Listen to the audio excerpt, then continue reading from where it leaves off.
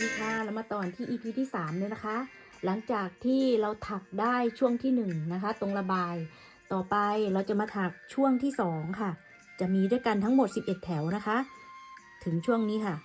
เป็นเหมือนข้าวหลามตัดนั่นเองเดี๋ยวในคลิปต่อไปเราจะถักช่วงที่3นะคะก็คือสุดระบายเลยเดี๋ยวเรามาถักกันเลยค่ะเราค้างงานไว้ตรงจุดหยดน้ำใช่ไหมคะต่อไปเราจะเรียกว่าช่วงลายที่2เราจะเรียกแถวที่1นะคะขึ้นช่วงลายที่2แถวที่1เราจะถักโซ่3แทน F ตามด้วยโซ่5 1 2 3 4 5เป็นโซ่8นะคะแล้วก็พันเข็มลง F ตัวสุดท้ายของหยดน้ำทีนี้เราก็เลื่อนมาร์คขึ้นมาค่ะตั้งแต่นี้ต่อไปเราจะเริ่มเรียกแถวที่1ใหม่นะคะนี่ค่ะขั้นงานด้วยโซ่5 F ลง F แถวที่แล้วโซ่5ก็ F ลงใน F แถวที่แล้วของหยดน้ำขั้นงานด้วยโซ่5แล้วก็ F ลงตัวสุดท้ายของหยดน้ำในแถวนี้นะคะเราจะถักงานขั้นด้วยโซ่5ลงทุกช่องเลยนะคะต่อไปก็โซ่5แล้วก็ลงบน F โซ่5แล้วก็ลง F ตัวแรกโซ่5แล้วก็ลง F ตัวสุดท้ายลักษณะเหมือนที่เราผ่านมานะคะเพียงแค่ว่าขั้นด้วยโซ่5รอบเลยค่ะให้ถักยาวไปจนสุดแถวถักมาจนสุดแถวจบงานด้วยโซ่5แล้วก็ซีดึงผ่านตรงโซ่3 1 2 3ปักเข้าไปค่ะตรงนี้ก็จะเหลือโซ่5นะคะดึงผ่านแถวต่อไปแถวที่2เราจะขึ้นงานด้วยโซ่3 1 2 3 F ค่ะลงที่เดิมขั้นงานด้วยโซ่5 1 2 3 4 5ในหลักถัดไปนะคะปัก F ลงบน F ครั้งที่1 F ลงบน F ครั้งที่2ขั้นงานด้วยโซ่5เราจะถัก F 2หลักนะคะขั้นงานด้วยโซ่5เหมือนเดิมงานของเราก็จะเริ่มบานออกนะคะถักเหมือนแถวที่แล้วเพียงแค่ลงซ้ำค่ะขั้นงานด้วยโซ่5หมดนะแล้วก็ F 2หลักลงบน F แถวที่แล้วนี่ค่ะถักเวียนรอบจนสุดแถวถักมาจนสุดแถวนะคะจบด้วยโซ่5แล้วก็ซีดึงผ่านกับโซ่3ที่เราขึ้นงานจบแถวที่2ค่ะต่อไปแถวที่3เราจะขึ้นงานด้วยโซ่3แทน F หลักที่1แล้วก็ F ลงหลักถัดไปในหลักนี้เราลง F ซ้ำที่เดิมอีก1ครั้งเราจะได้ F 3ตัวนะคะขั้นงานด้วยโซ่5ในหลักถัดไปเราจะลง F 2หลักค่ะหลักสุดท้ายเราไม่ซ้ำนะคะเราจะถัก F 3หลักกับ2หลักสลับกันขั้นด้วยโซ่5ค่ะพอได้ F 2หลักขั้นด้วยโซ่5ถัดไปเราก็จะสลับมาทำ F 3หลักนะคะ F ลงหลักที่1ในหลักที่2เราจะลงซ้ำเป็น F 3หลักขั้นด้วยโซ่5แล้วก็สลับมาทำ F 2หลักหลักที่1หลักที่2แล้วก็สลับมาทำ F 3หลักนะคะขั้นด้วยโซ่5ก่อน F 3หลักค่ะหลักนี้หลักที่1หลักที่2กับหลักที่3ลงด้วยกันนี่ค่ะหลักถัดไปเราก็จะสลับมาทำ F 2หลักนะคะขั้นด้วยโซ่5เราจะถัก F 3หลักกับ F 2หลักสลับกันวนรอบจนสุดแถวค่ะถักมาจนสุดแถวจบงานด้วยโซ่5ซีดึงผ่านกับโซ่3 จบแถวที่3ค่ะก่อนจะไปแถวที่4ให้เพื่อนๆเช็คงานนะคะงานเราจะได้ลงตัวพอดี3 2 3 2 3หลักกับ2หลักขั้นงานได้โซ่5วนรอบเลยนะคะเราก็ลื้อไปหลายตาเลยเพราะว่าปักผิดนะคะต่อไปแถวที่4ค่ะในแถวที่4นี้เราจะขยายงานแต่ในช่วงที่ว่ามันเป็น3หลักนะคะส่วนไอ้2หลักเนี่ยเราจะใช้เป็นตัวขั้นค่ะแล้วเราจะใช้โซ่4ในการขั้นงานนะคะเราขึ้นงานด้วยโซ่3แทน F หลักที่1 F ลงไปในที่เดิมเนี่ยหลักแรกจะมี2หลักแล้วก็หลักที่2ค่ะลงไป1หลักหลักที่3ก็จะมี2หลักทั้งหมดจะได้5หลักนะคะ F 5หลักขั้นงานด้วยโซ่4ทีนี้ไอ้ตรงไหนที่เป็น F 2หลักเราก็ปัก F 2หลักลงปกติค่ะเราจะใช้ไอ้ตรงนี้เป็นตัวขั้นลายนะคะได้5หลักโซ่4 F 2หลักไปช่วงลายต่อไปก็โซ่4ก่อนไอ้ตรง3หลักนะคะเราจะปัก F 2หลักลงไปในหลักแรกของแถวที่แล้วหลักตรงกลางเราปัก1หลักค่ะแล้วก็หลักสุดท้ายเราปัก F 2หลักเราจะได้ F 5หลักนะคะตรงลายที่3มันก็จะขยายจาก3เป็น5นั่นเองค่ะแบบนี้นะขั้นงานด้วยโซ่4ตรงไหนเป็น2หลักเราก็ปัก F 2หลักลงไปปกติค่ะได้ F 2หลักก็โซ่4แล้วก็สลับมาทำลายขยายก็คือ F 2หลักลงในหลักแรกของแถวที่แล้วหลักที่2ลง1ครั้งแล้วก็หลักสุดท้ายลง2ครั้งเราจะได้ F 5หลักนะคะให้ถักแบบนี้สลับกันวนรอบจนจบแถวถักมาจนสุดแถวจบด้วยโซ่4ดึงผ่านตรงโซ่3จบแถวที่4นะคะต่อไปแถวที่5เราจะขึ้นงานด้วยโซ่3แล้วก็ F ลงที่เดิมอีก1ครั้งในหลักแรกเราจะลงซ้ำนะคะทีนี้เราก็ถัก F ลง3หลักถัดไปค่ะ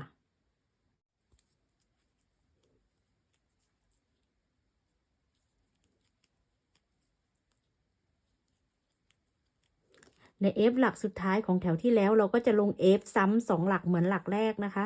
ในแถวนี้เราจะได้ตรงช่วงขยายลายเป็น F 7หลักจะมีหลักแรกลงซ้ำแล้วก็หลักสุดท้ายลงซ้ำนะคะแล้วก็ถักตรงกลาง3หลักถัดไปทั้งหมดจะเป็น F 7หลักขั้นงานด้วยโซ่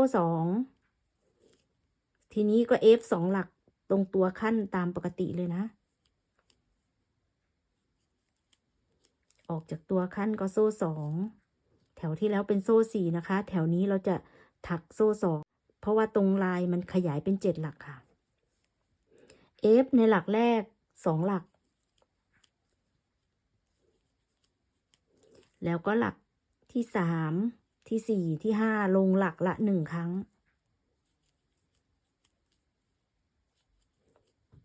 หลักสุดท้ายลง2ครั้งอย่าลืมนะในแถวนี้จะได้ F 7ตัว1 2คัดงานด้วยโซ่2แล้วลงตัวขั้นปกติ F 2หลักลงไปออกจากตัวขั้นก็สลับมาทำ F 7หลักค่ะหลักแรกลง2ครั้งหลักสุดท้ายกับหลักแรกลงซ้ำนะคะจะได้ F 7หลักให้ถักแบบนี้วนรอบจนจบแถวถักมาจนสุดแถวจบด้วยโซ่2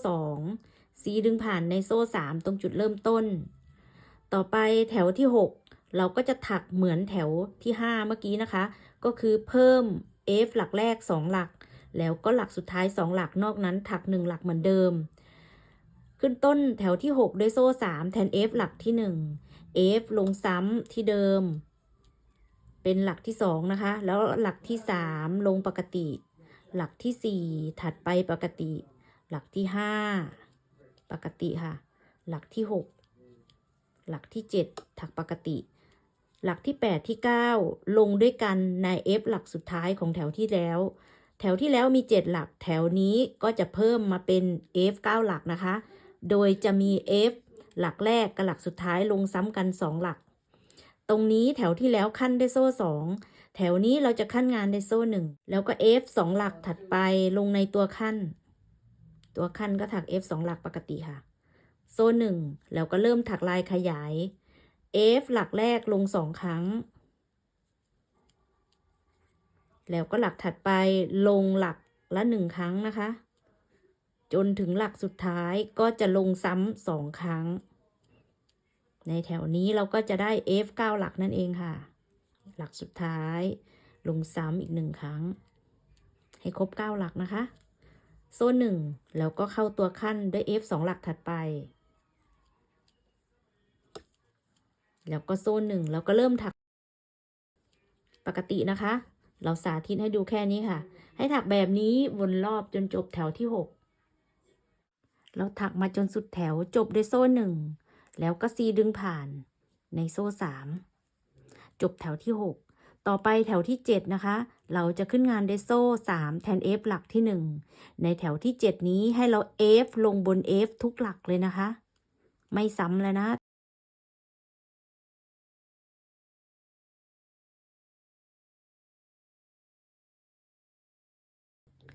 F ลงบน F ทุกหลักเลย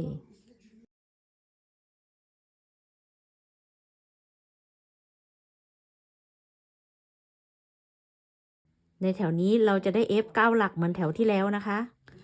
ตรงนี้แถวที่แล้วขั้นด้วยโซ่1เราจะเริ่มปรับมาเป็นโซ่2เลยนะคะแล้วก็ F ลงบน F ในตัวขั้นหลักที่1แล้วก็หลักที่2ขั้นงานในโซ่2แล้วก็ F ลงบน F ทุกหลักให้ครบทั้ง9หลัก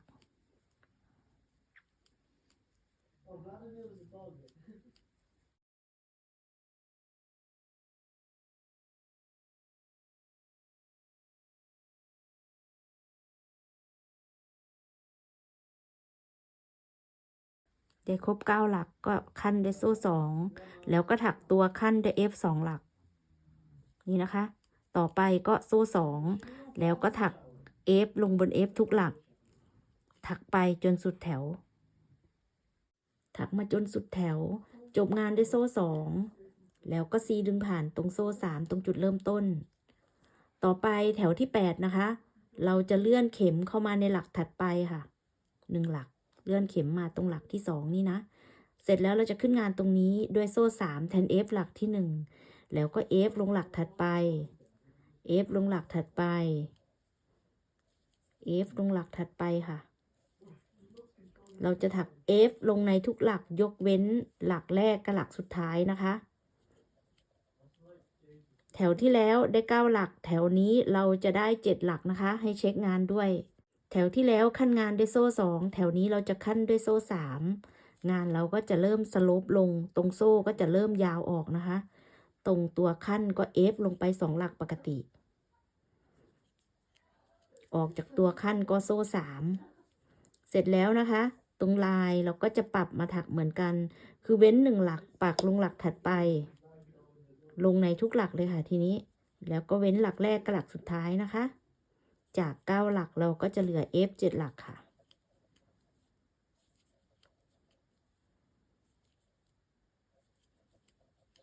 ได้ครบทั้ง7หลักก็โซ่3แล้วก็ถักตัวขั้นด้วย F 2หลักเราจะถักแบบนี้วนรอบจนจบแถวอย่าลืมว่าในแถวนี้จาก9หลักเราจะเหลือ7หลักเว้นหลักแรกกับหลักสุดท้ายนะคะถักไปจนจบแถวถักมาจนสุดแถวจบงานด้วยโซ่3แล้วก็ซีดึงผ่านในโซ่3ตรงจุดเริ่มต้นต่อไปแถวที่9เลื่อนเข็มเข้าไปในหลักถัดไปค่ะดึงผ่านเราจะขึ้นงานตรงนี้นะคะด้วยโซ่3แทน F หลักที่1แล้วก็ F ลงไปจนครบทั้ง5หลักเราจะได้ F 5หลักนะคะในแถวที่9เว้นหลักแรกแล้วก็หลักสุดท้ายนั่นเองได้ครบ5หลักแถวที่แล้วเป็นโซ่3ตรงนี้เราจะทำโซ่4โซ่ก็จะเพิ่มนะคะแล้วก็ลงตัวขั้นปกติเลย F 2หลัก1 2 3 4โซ่4แล้วก็เว้น1หลักปักลงไป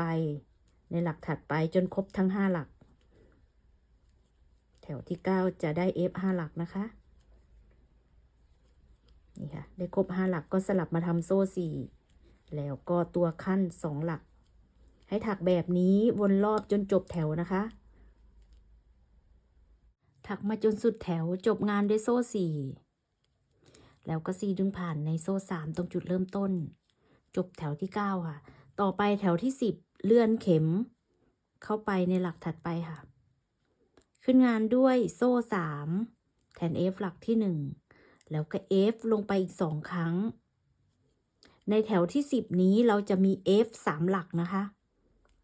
แถวที่แล้วเป็นโซ่4แถวนี้เราจะใช้โซ่5 1 2 3 4 5แล้วก็ลงตัวขั้น F 2หลักออกจาก F ก็โซ่5แล้วก็ถักเหมือนเดิมค่ะเว้น1หลักปักลงหลักถัดไป1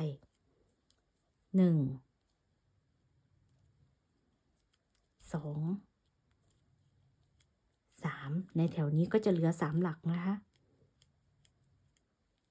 ขั้นงานด้วยโซ่5แล้วก็ F 2หลักลงในตัวขั้น1 2 3 4 5โซ่5แล้วก็เว้น1หลักปักลง3หลักถัดไปนะคะจาก5หลักเราก็จะเหลือ3หลักเว้นหลักแรกกับหลักสุดท้ายเหมือนเดิมให้เพื่อนๆถักแบบนี้สลับกันกับตัวขั้นด้วยโซ่5นะคะอย่าลืมถักวนไปจนจบแถวถักมาจนสุดแถวจบงานด้วยโซ่5แล้วก็ปักเข็มไปที่โซ่3ตรงจุดเริ่มต้นดึงผ่านจบแถวที่10ต่อไปจะเป็นแถวที่11จะเป็นแถวสุดท้ายของช่วงลายที่2นะคะให้เราเลื่อนเข็มไปหลักที่2หรือหลักตรงกลางดึงผ่านขึ้นงานด้วยโซ่3แล้วก็ให้ F ลงไปที่เดิมรวมโซ่เราจะได้ F 2หลักในหลักที่2หรือหลักตรงกลางนะคะแถวที่แล้วเป็นโซ่5แถวนี้เราจะใช้โซ่6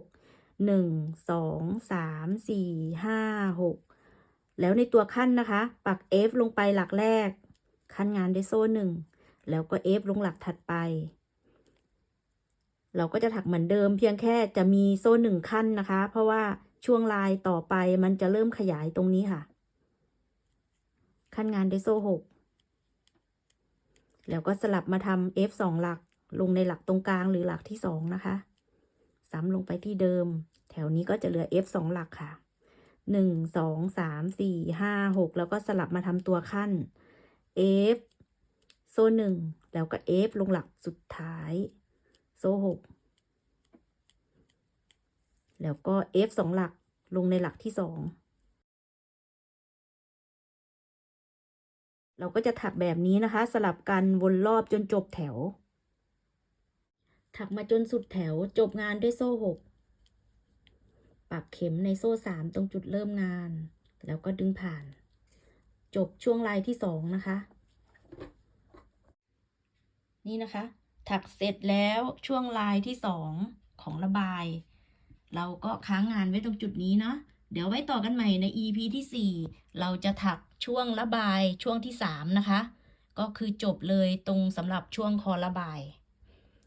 สำหรับคลิปนี้ก็ขอโทษเพื่อนๆด้วยนะคะที่ให้รอนานเพราะว่าอากาศดีเนาะก็ทำการ์เด้นเปลี่ยนกระถางให้ต้นไม้นะคะก็เร่งงานนอกบ้านก่อนเนาะวันนี้ก็มาเร่งปิดจบให้แล้วนะคะสำหรับคลิปนี้ก็หวังว่าเพื่อนๆจะได้รับความรู้ไม่มากก็น้อยนะคะถ้าชอบก็อย่าลืมกดไลค์กดติดตามกันต่อไปค่ะสำหรับคลิปนี้สวัสดีค่ะ